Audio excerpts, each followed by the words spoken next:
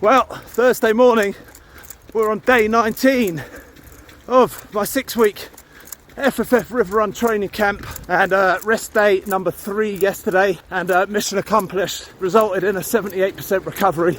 So I'm in the green, heart rate variability is on the rise, resting heart rate down to 52. Got the pack on, as you can see. I've loaded it up with some extra weight, so we're over 8 kilos now. Green recovery or not, whew, feeling it in my legs.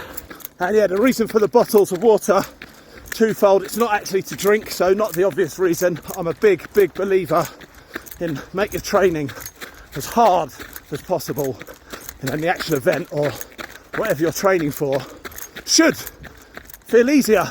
That's the theory. So yeah, I don't drink during these runs. So the water's on board just for extra weight. That's like 1.6, 1.7 kg just on my front there. And also I'm testing out a few different bottles, seeing which is the most comfortable. Obviously I want the lightest possible, but don't want to sacrifice that in terms of, you know, utility or comfort.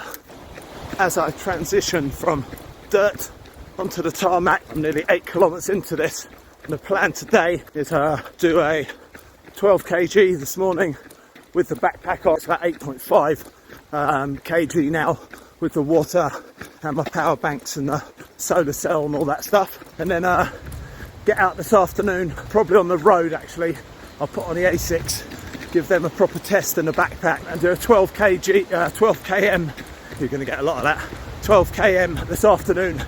So as a sort of early test, like I say, that will be the running. I need to do that minimum amount of running each day for 5 days back to back on the FFF River Run. 2 12 kilometre runs, hike 12 kilometres, run 12 kilometres, hike 12 kilometres, stop, eat, sleep, hike 12 kilometres, run 12 kilometres, hike 12 kilometres. The running, that's the one that takes it out of you with the pack on. I'm about 8 kilometres into this one, getting stronger, feeling good, and yeah, just had a look.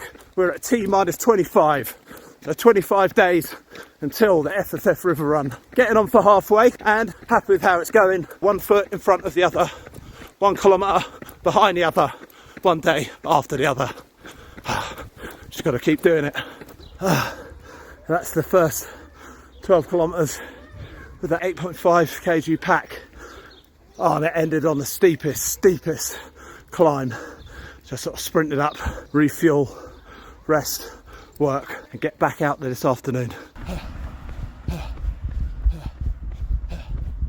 So this is the real first test. Got my fitness and strength levels up in the last 18 days, I guess, and now coming out in the evening is a new one.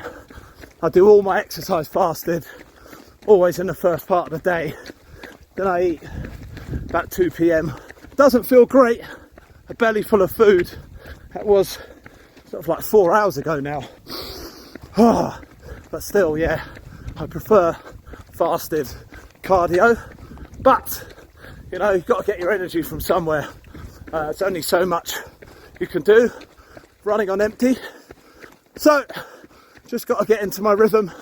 I'm about 1.5 kilometres out. The goal is to do a 12 kilometre, as that's what I did this morning. Got the Asics on. First test for them with the backpack. That's now weighing 8.5 kilos. It's hard, very hard. 1 foot in front of the other, 1 kilometre behind the other, 1 day after the other. Boo! Oh man. So 10 km with 8.5 kilos on my back in under an hour. Man, it's way easier running on the road than the trails. Woo!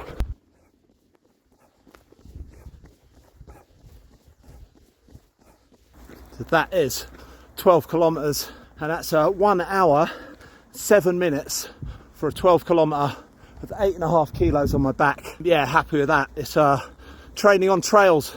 Like I said earlier, with not drinking water, make the training harder. So training on trails makes running on a road, especially in these amazing shoes, absolute breeze, even with the pack on. That's 12 kilometres, 1 hour, 7 minutes, and then 12 kilometres in about an hour and a half on the trail this morning.